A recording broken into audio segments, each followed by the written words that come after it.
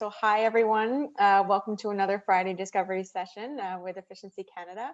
I'm Natalie Irwin, Director of Stakeholder Engagement with Efficiency Canada. And thanks for joining us, hopefully on a beautiful sunny Friday where you are. I know I've been chatting with a few people across Canada today, and it seems to be sunny right across Canada for a Nice. change.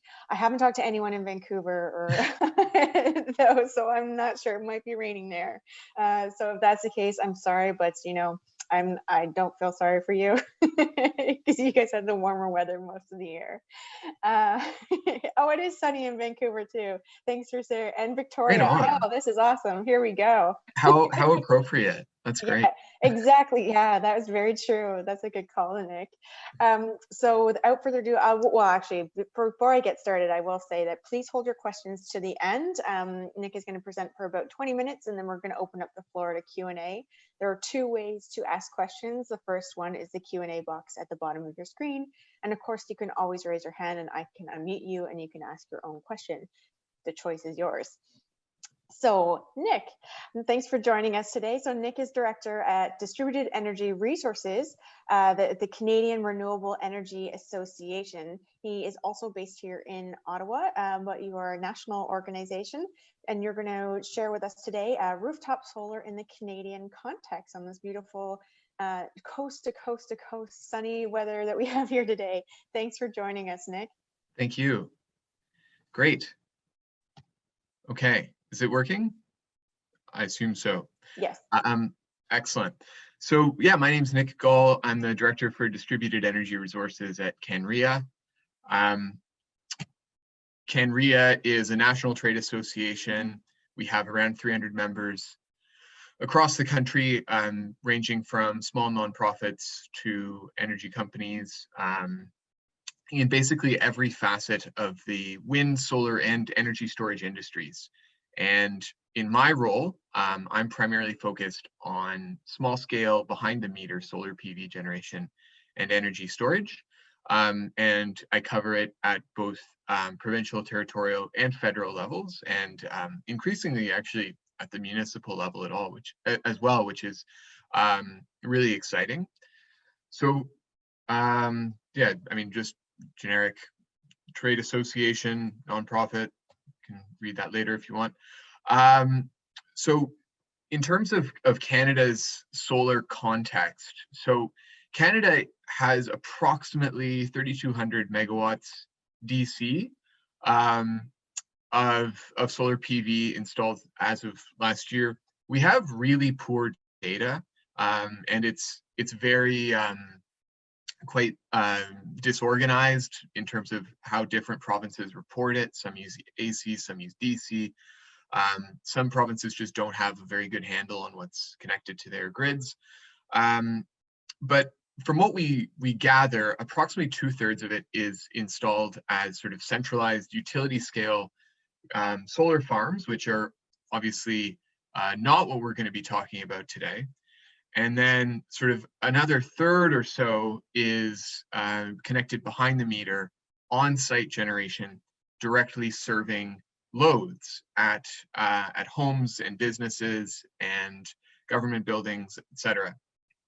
So last year, or I guess 2 years ago, solar accounted for 2.45 terawatt hours, or less than 0.5% of Canada's total electricity generation.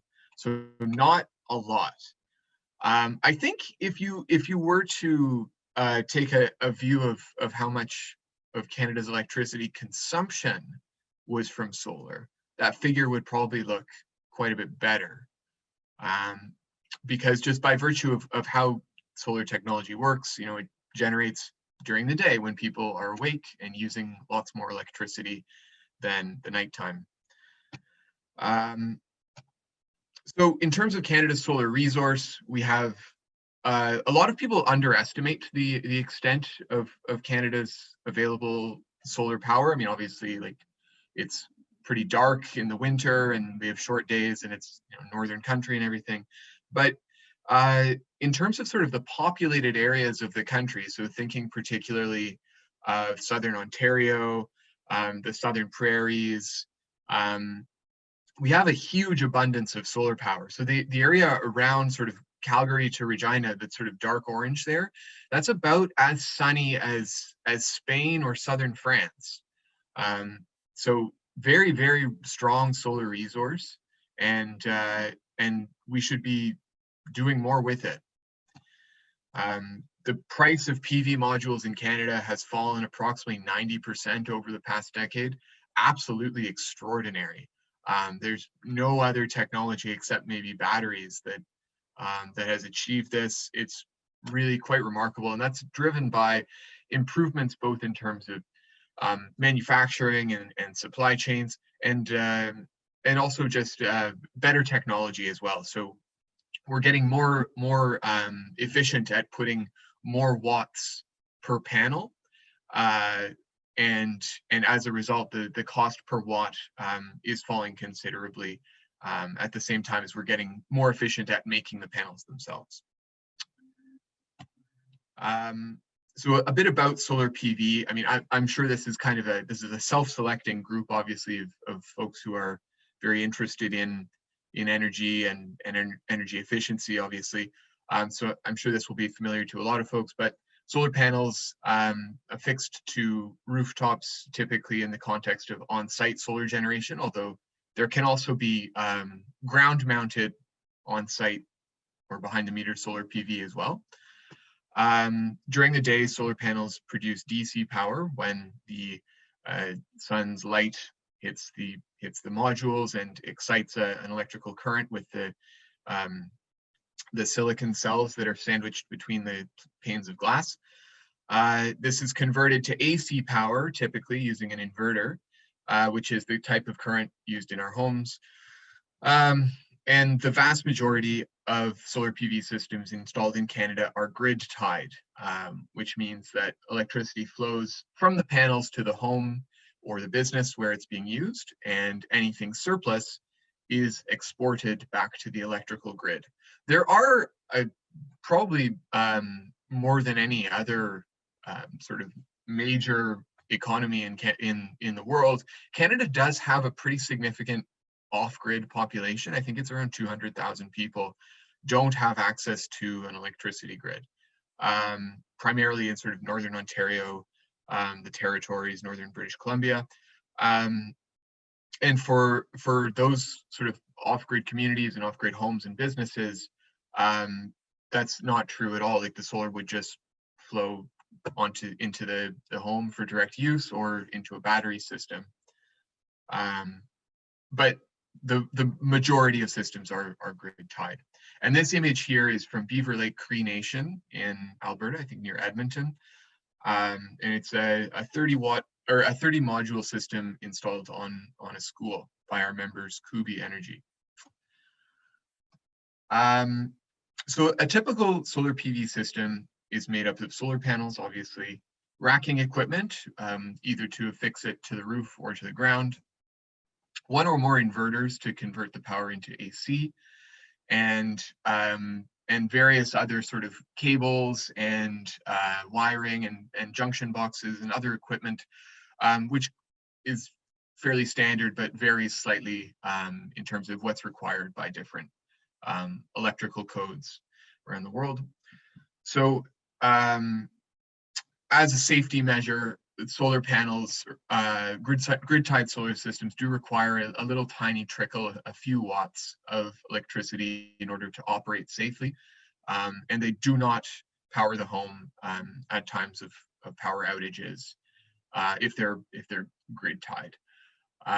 This is a safety feature. I mean, certainly there would be a risk in the context, for example, of like a house fire or something, of a live solar system could electrocute rescue workers or something like that. So that's a safety feature that they would shut off automatically in the event of a power outage. It's also a protection for workers who might be trying to restore power in the context of like a downed line or something like that. They would help to prevent them being electrocuted. It is possible, however, to design solar PV systems to just run with a battery bank and to be totally off-grid, as I've said. So in terms of grid-tied solar system, the net metering principle is, I'm sure, pretty familiar to most people here, but essentially the home or business uses as much power as they can from their module when the sun is generating electricity, and whatever surplus generation they export back to the grid, whatever the excess that they're not using, they're credited for that surplus power that they export. In the context of net metering, that credit is applied sort of one for one. So a kilowatt hour exported is worth the same amount as would be the case for a kilowatt hour consumed from the grid. In the context of net billing, it's a bit different. So Saskatchewan and Manitoba actually have net billing systems where the credit for surplus generation exported to the grid is significantly less than the retail price that would have been paid for imported power. So that obviously has a pretty significant impact on the sort of cost benefit of a solar PV installation. But if your on-site power demand is always going to exceed what you can generate yourself, so in that case, your system is like totally 100% load displacing and not exporting anything ever, that wouldn't matter, for example. So that's just another thing to keep in mind. And obviously, like the net metering or net billing or on-site load would have a significant impact on how you design a PV system. Yeah, as I said, most provinces except Manitoba and Saskatchewan have net metering. In terms of sort of policies and subsidies, this is a question that comes up quite often. Really, there's only a few provinces and territories that have like grant or rebate mechanisms. So PEI and Nova Scotia both do, which is great.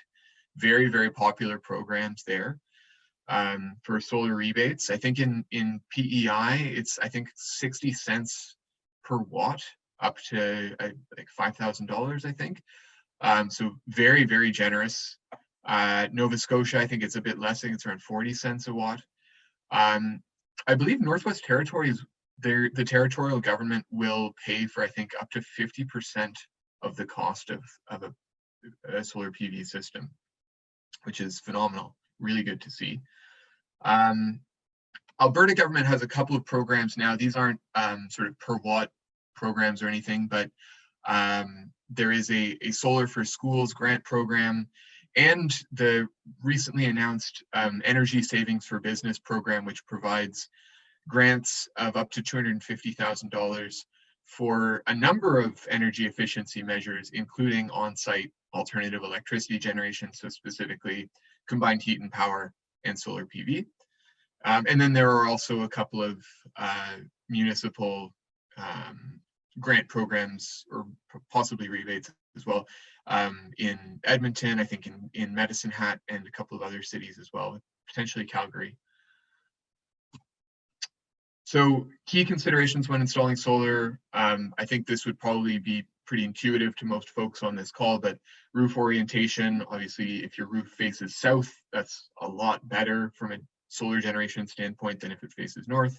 East and west can also work. Shading, a tall tree or adjacent building can really cut into your generation.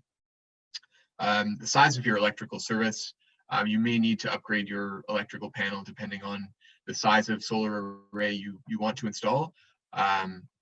Roof condition, obviously, like if your roof is in bad shape and you're going to need to replace it during the lifetime of the panels, that's going to be very, very expensive and probably would not make sense for you to install solar. And your on-site energy needs. So if there's really no incentive right now anywhere in Canada, frankly, to have an oversized solar array. You would want to sort of optimize the solar to offset your on-site consumption as much as possible, as opposed to export surplus energy to the grid. Number one question is, how long does it take for panels to pay for themselves? And the answer really is it depends. It depends on if you're in a province or territory where you're able to take advantage of some of the incentives that are out there. It depends on the configuration of the panels vis-a-vis the direction they face. It depends how much of the generation that you produce you're able to use yourself on site, and the cost of grid electricity. So Manitoba and Quebec have extremely affordable hydroelectricity. Saskatchewan, pretty expensive actually. Ontario as well, pretty expensive. So that will significantly impact the payback period, of course. And then it also depends what other factors are important to you. So if combating climate change is your number one priority, then the question of sort of payback is perhaps less important. Will solar panels affect my roof? The short answer is if you have a good installer, almost certainly not. They can be installed through modern racking systems that have really no sort of structural impact on a roof or anything like that. They won't. A good installer won't make a hole that through which moisture will get through or something. The building code in Canada is being updated, or perhaps already has been, I'm not sure, in order to make sure that snow load is accounted for in the context of rooftop solar PV. So all future roof designs in terms of the strength of trusses and that sort of thing will need to account for that. You don't need batteries, is a very common misconception. You can use the power generated straight from the solar power, from the solar inverter. It'll perfectly match the voltage that you use in your home. But you can obviously incorporate batteries into a solar PV system. So I just wanted to quickly talk about one particular case study. So this is a solar array that was installed on the roof of Camosun College, which is in Victoria, BC. This was done by a member of ours, HESPV. They're a national distributor of solar equipment. It's a 4 kilowatt array of 16 250 watt panels. I think it was done in 2015. And you might sort of ask yourself, you know, BC, it has a hydro grid. I mean, what sort of advantage would you really get in terms of climate change and GHG emissions from having a rooftop solar array? And the answer is, and I think this is quite revealing and interesting, in this particular instance, the solar that's being used here is offsetting demand that would have come from potentially like a gas vehicle. So the students who installed the system and I think actually advocated for it to be slightly larger in size than the college had initially intended. They sort of helped put together a business case for incorporating the solar array into an EV charging system. And the emissions through the avoidance of a gas vehicle were sort of factored into the both economic and climate cost benefit in this particular system. I don't have the link here anymore.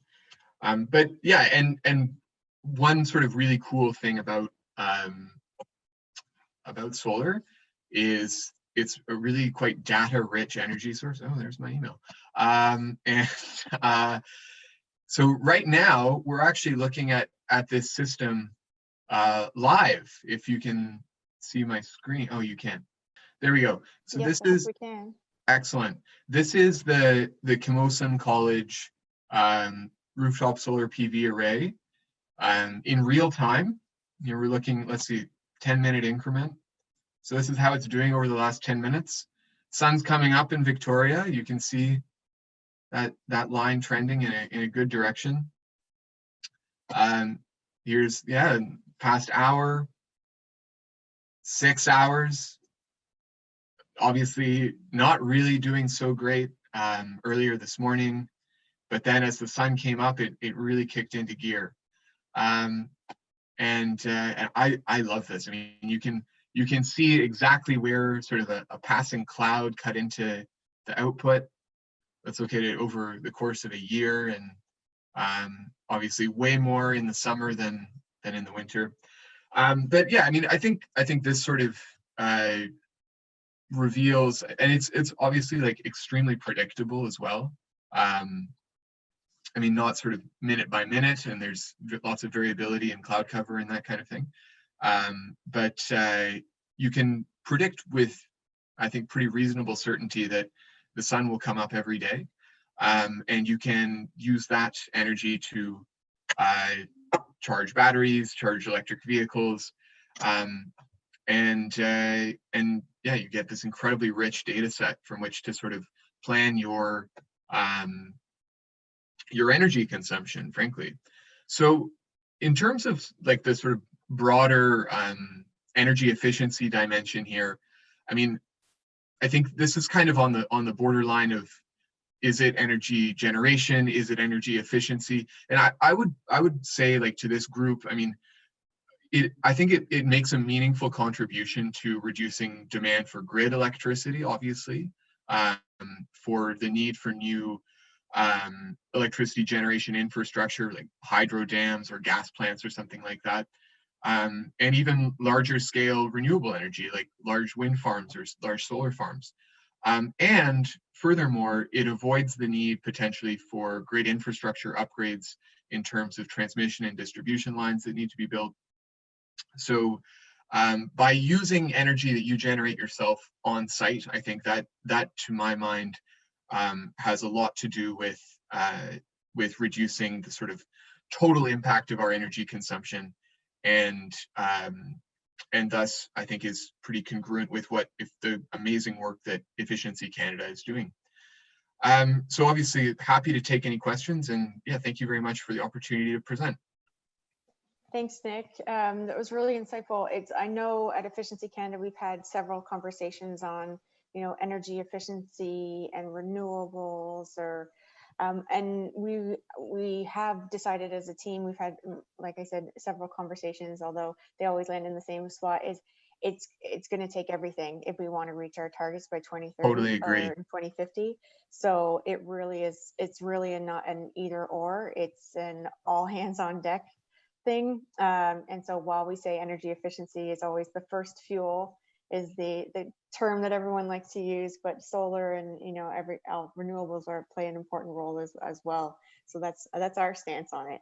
I'm going to open the floor to questions here. Again, there are two ways to ask questions. One, you can raise your hand and I can unmute you and you can ask yourself. If you are following us on YouTube, I don't believe there's a way, unfortunately, you can ask questions to us. So try to get on early next time and you'll get one of the spots and you can ask questions. The second way is you can type your question in the Q&A box below and I can essentially narrate for you. So their first question here is actually from Joshua. So Nick, he's wondering is it that an average specific to a statement that you had, is that an average 1 kilowatt or a 4 kilowatt system over the year? With regard to the Camosun College project? I believe so. He typed it in at that time that you were talking about that. He said, or maybe it was a 0.5 kilowatt on average. Oh, like in terms of the output from the rooftop solar array, I think the maximum I think is 3 kilowatts. I'm not sure. I'm just gonna. Josh, you raised your hand, and I'm gonna allow you to talk so you can expand on your question there. Sure. Thanks. Can you hear me? Yes. Yep. Yeah. So that last graph that you had, the lifetime output from the solar array, it looked like it was maximum around 1 kilowatt. Yeah. So right. I'm curious, I guess, in the 4 kilowatt installed system, if you're only actually getting 25% of the installed capacity over the year? Yeah, I mean, that could just be an issue with the graph. I think typically the maximum output would be 3 kilowatts, I think. And another question we have here is, what is the calculated payback period for this particular project, the project being your case study that you showed in Victoria? Great question. I'm not actually sure. Because it was installed about 5 years ago, those panels are much more expensive than equivalent panels would be today. But I mean, I would guess somewhere around 10 to 12 years, perhaps more. Yeah, probably more than that, actually. And what kind of role do rebates play in terms of reducing the payback period? Huge. Yeah. So for example, like in Nova Scotia, which is, you know, not an amazingly sunny province, obviously, the payback period goes from sort of 12 years to, I think, like 7 years or less, as a result of the rebate there. So it's pretty significant. Awesome. And Lyle has a question here. Is CanRIA working on a strategy to gather more accurate and consistent solar data from all the provinces? Yes, yeah, we are. That's a great point. So we've been in contact with all of the relevant sort of provincial utilities around this. It's a slow process. Every provincial utility, whether it's like a Crown Corp or private company like Nova Scotia Power, they all have slightly different systems. They all have slightly different reporting schedules. So it's going to take a lot of work. But from my perspective, the first step is really just having like, you know, a list of these folks on hand, and hopefully we can build from there. But it's not something that's been done before, unfortunately.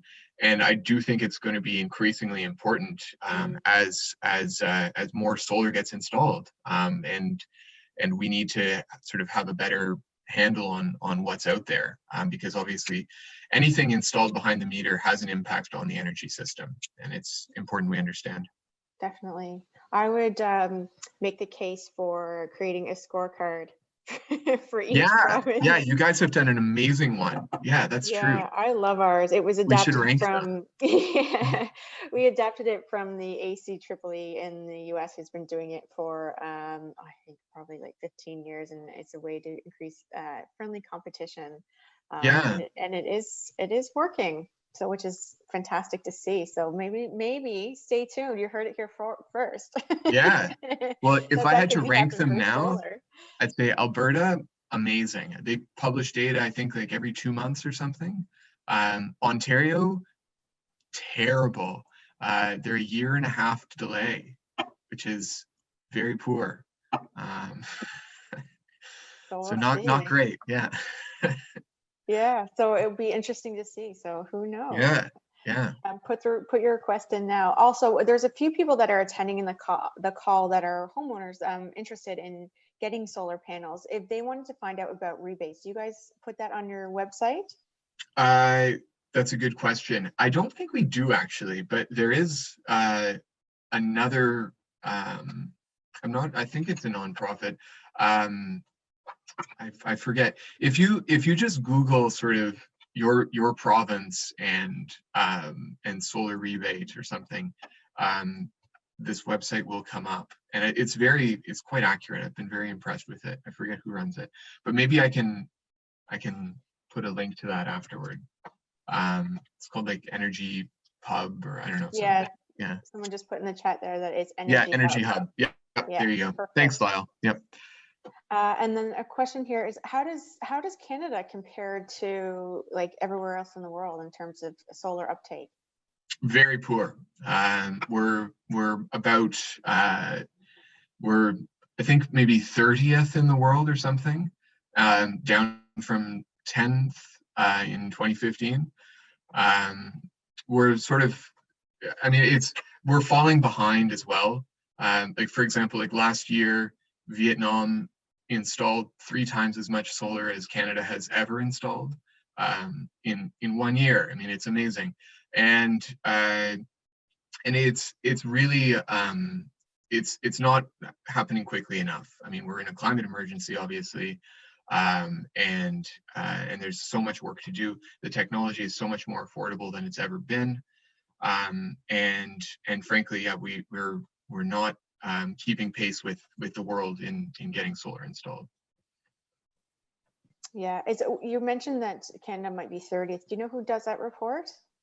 Well, I mean, there's various sort of solar associations and stuff, and somebody puts together a list on Wikipedia of the what countries sort of self-report on this. I think the IEA probably keeps track of it as well. Yeah, that's to look. But yeah, I mean, for example, like Belgium gets, I think 7% of their total electricity is just from rooftop solar. So tiny country, it rains 200 days a year, and solar is making a very meaningful contribution to getting them off gas.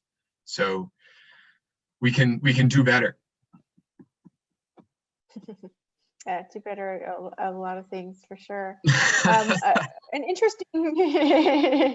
interesting question actually here is, in the Canadian context, is Jiaying has heard of complaints about the maintenance of solar panels in Canada. For example, there's a lot of snow here in a long winter that covers the solar panels. Can you share any thoughts on this? Yeah, I think so. This is not like a trivial issue. Like Canada does, it's a very snowy country. We estimate that snow cover probably cuts into the sort of total output over the course of a year of a solar module by somewhere around 2 to 5%. So it depends obviously on the sort of slipperiness of the module and how quickly snow melts off of it, the angle of it. If it's very flat, it will take longer for the snow to melt off. But on average, I mean, there has been some research done, I think, out of Southern Alberta Institute of Technology, and I think a couple of other researchers have looked at this. But yeah, I mean, it's not nothing.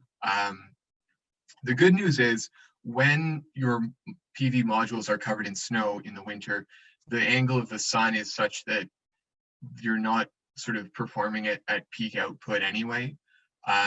Whereas sort of 2/3 or to 80% of the total output from the panels is going to be just in sort of peak of the summer.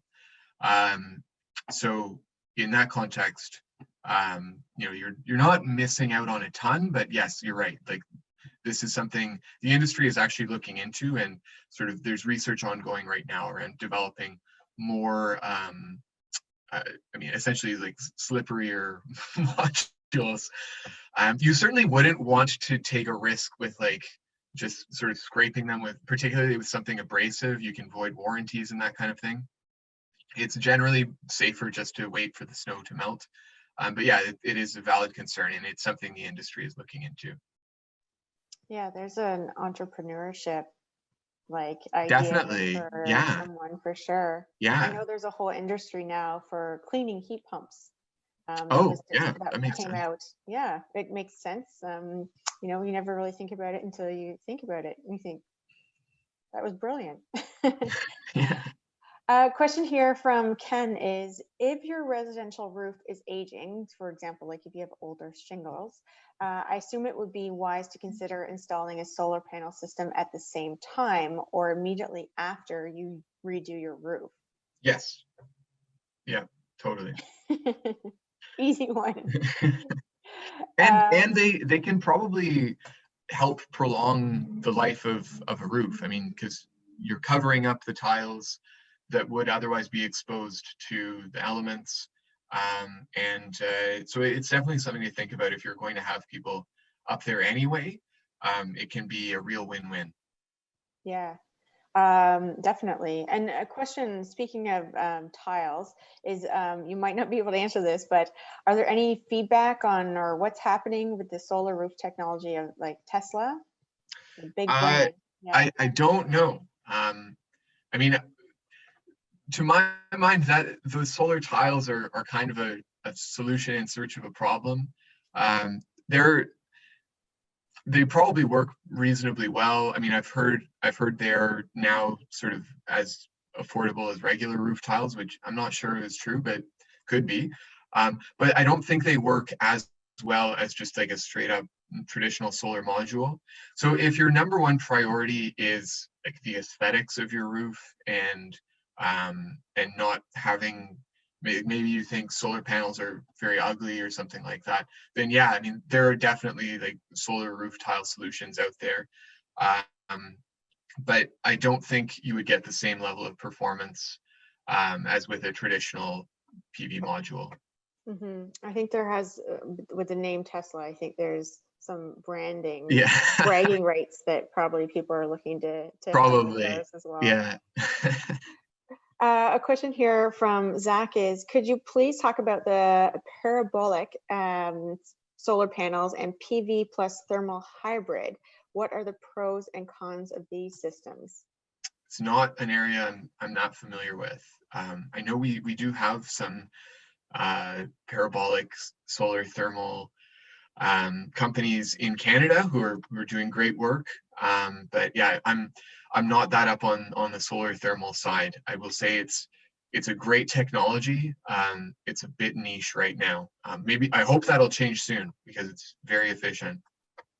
Thank you. And I will tell everyone, I always tell our presenters before we go live that it's okay to say you don't know. You can't know everything.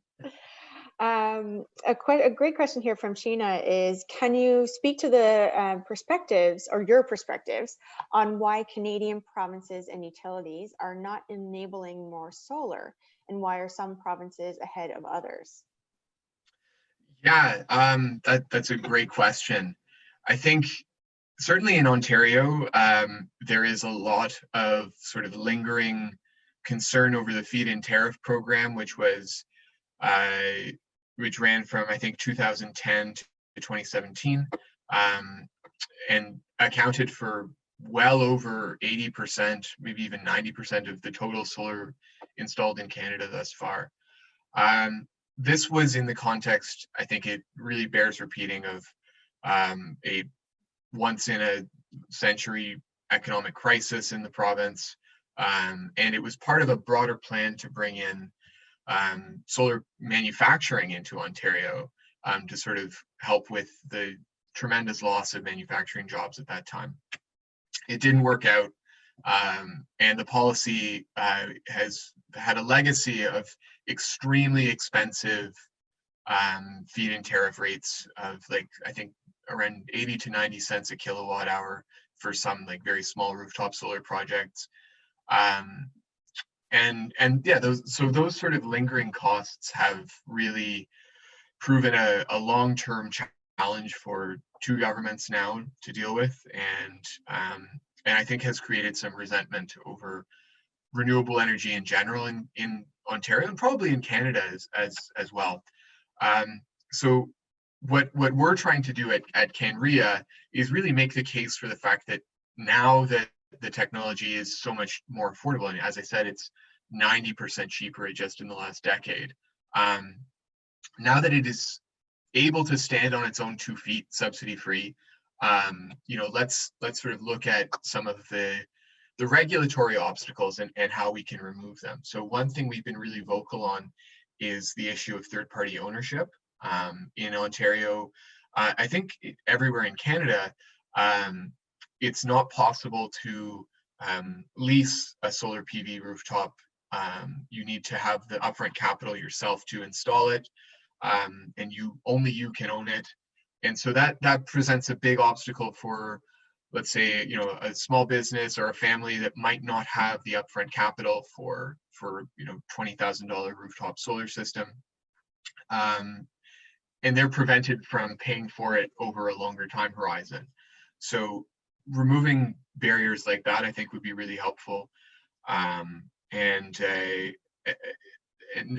yeah, I mean, there's also a lot we can do on the grid connection side. So it's very time consuming, and there's a lot of delays associated with getting the inspections and permits to install a rooftop solar system.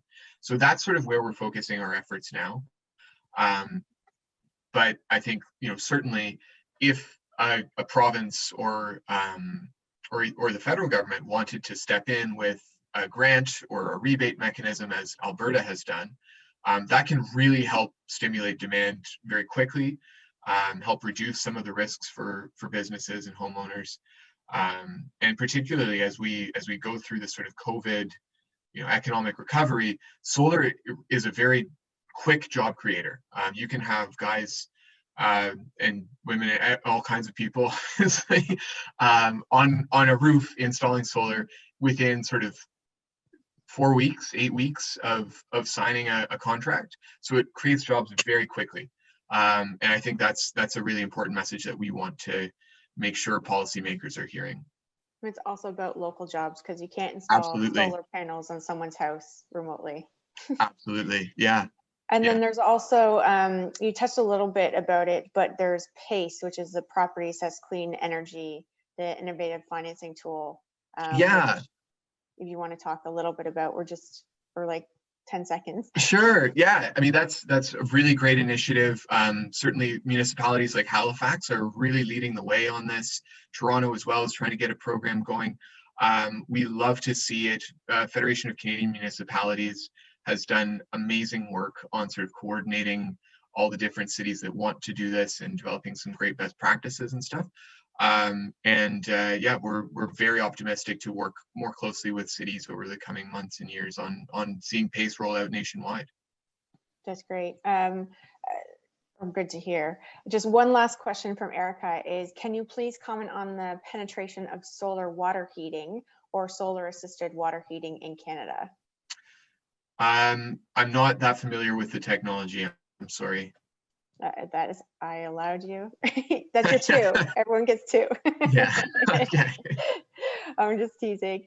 We're just out of time today, so I'm gonna cut off the questions there. But if anyone has questions for Nick, please feel free to reach out to him directly, or reach out to the Canadian Renewable Energy Association. And if you aren't sure, you can always get in contact with us, and we can just direct your email to Nick over the team over there. We're happy to do that as well. So thank you again, Nick, for sharing your insight on Thank you. Canada and the Canadian context for our listeners here today. Great to be here.